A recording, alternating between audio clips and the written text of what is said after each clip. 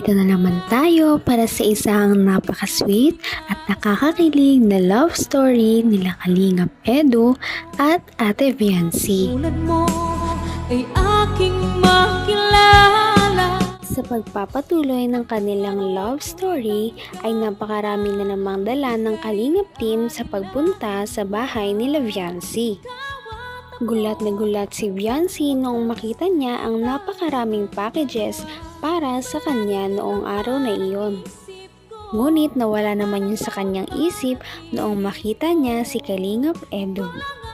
Napaka-busy na kasi nilang dalawa kaya naman ngayon na lang ulit sila nagkaroon ng time na magkita. Nalita naman na na-miss nila ang isa't isa dahil 2 weeks silang hindi nagkita at nagkausap.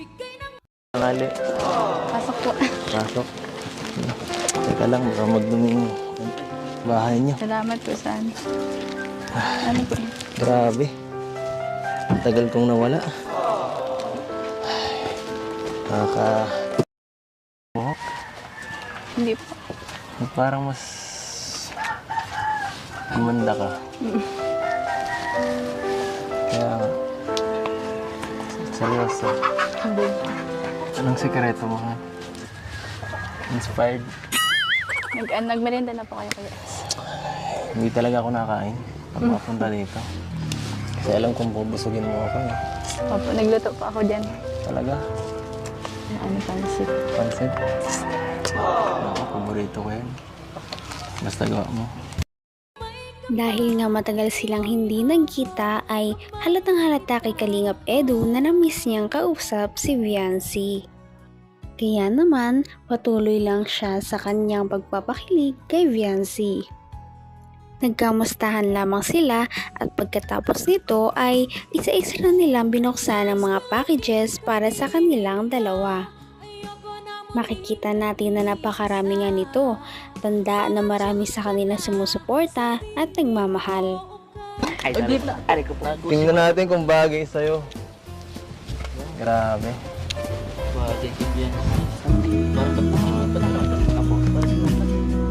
Bagay sa'yo. Ganda Ate Viancy, Kuya Edo. Grabe, bagay sa'yo. Titig Kuya Edo. Pero mas bagay ako.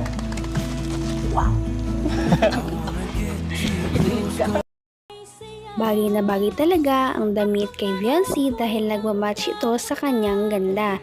Ganon na rin kay Kalingap Edu. Mukhang match na talaga sila dahil sa couple t-shirt na ito. Kaya naman mukha na talaga silang tunay na couple. Tila walang katapusan talaga ang mga regalo para kay Viancy at kay Kalingap Edu dahil marami talaga ang kanilang mga supporters na pinahahangan nila palagi. Nahihiya na nga si Viancy dahil para sa kanya ay sobra-sobra na ang mga kanyang natatanggap dahil hindi siya sanay na mabigyan ng mga ganitong bagay. Sabi naman ni Kalingap Edu ay okay lang daw yon dahil deserve naman niya ang mga ito. Wala yung kasabay, ano? Wala. Grabe. Ay, nakumpleto na po. Nakumpleto na. Thank you po. Huwag kang magpaano. Hindi sa'yo bagay na papagod, eh. Gusto ko ako nagsisilbi sa'yo. Wow! Kahit nga Ate Ano Viancy, ba? namumula eh. Namumula ka. Ako nang bahala. Bigat sa t-shirt. Ayoko na papagod ka. Nagpapawisan ka pa. Ang suit Kuya Edo. Maya-maya ay nagulat sila sa isang kakaibang gift ng ikanalang mga sponsor. Ito pala ay isang couple watch na talagang bagay na bagay naman sa kanila dahil ang kulay nito ay gold. Hindi ito basta-bastang binigay ni Kalingap Edu dahil may pakulo pa siya bago ito ibigay. Dahil dito ay talagang kinilig naman si Viancy. Luluwad po Kuya Edo. Wala nga. Purpose. Ang dumi. Po Kuya Edo po. Ang dumi, ang dumi. Tabi-tabi po. Ang dumi, ang dumi. Pagkapagagalit Ang po dumi. Kuya Edo. Ay, grabe! Ano to? Ay! Oh! Sing-sing na malaki ato. Ano to? Ay, ang ganda. Watches. Akin. Ang ganda po. Ang ganda. This will be my... This will be my girlfriend. Joke lang. Joke lang, no? Okay. Akala ko totoo dito kaya. Oh, akin yung kamay mo. Ano bang alas 12 nito? Kinuha Alas mo yan. 12. Parang malaki pa.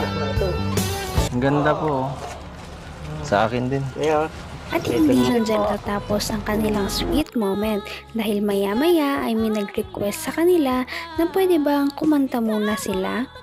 Talagang lagi nilang pinapakanta si Viancy dahil sa ganda ng kaniyang boses. Maganda na, talented pa. Ang nakakatuwa pa rito ay sinabayan din siya ni Kalingap Edu sa pagkanta. Kaya naman ang mga viewers ay kilig na naman. Tiwala sa isa't isa'y kailangan. Dati mong pag-ibig wala akong pakialam. Basta't mahal kita kailan pa man. Mahal kita, pagkat mahal kita. Iniisip nila ay di mahalaga. Mahal kita maging sino ka man. After all the caring and the laughter, no one else like you. I am not a picture with someone I'm so in love with. Matapos ang kanilang sweet na kantahan ay nagutom na nga ang dalawa. Kaya naman ay pumunta muna sila sa labas ng kanilang bahay para naman magmerienda kasama ang ibang kalingap. Napakagalang din ni Kalingap Edu dahil nag-bless muna siya sa papa ni Ate Viancy bago kumain. Hanggang sa pagkain nga ay hindi talaga magpapaawat ang dalawa sa kaswitan.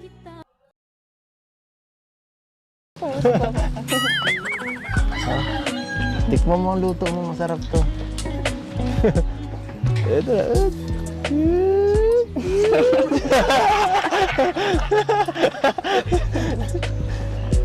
Mahira. Tikman mo isa lang. Sige, ano po.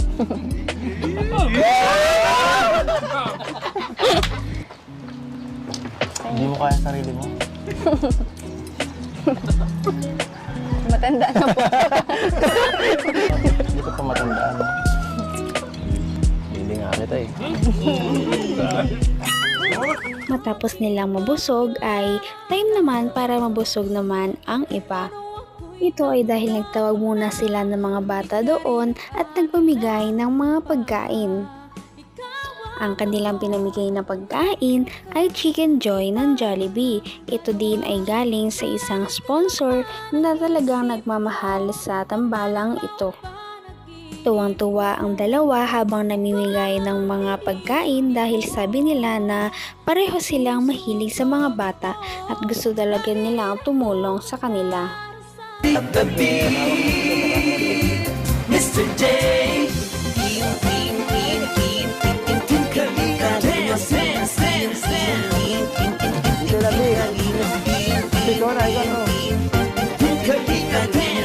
Sa pakiramdam pag nagaganto po yun. Oo, sobrang saya talaga. Nahilig ka rin tumulong sa ibang tao. Opo. Pag alam ko pong ano talaga, kailangan pong tulungan. Kailangan mo akong tulungan. Kailangan mo tulungan ng puso ko. Nalulumbay. Tara na sa... Di na, sabay. Hindi ako na. Tuwang-tuwa talaga si Viancy ngayon na naranasan niya din na makatulong sa iba dahil palagi na lang siyang tinutulungan ng Kalingap team. Napakasaya din daw palang tumulong sa iba. Dahil sa pinapakitang ugali ni Viancy ay mas minamahal pa siya ng kanyang mga manonood. Mas dumadami pa ang kanyang mga supporters. Kaya naman, dumadami din ang kanyang mga blessings na natatanggap.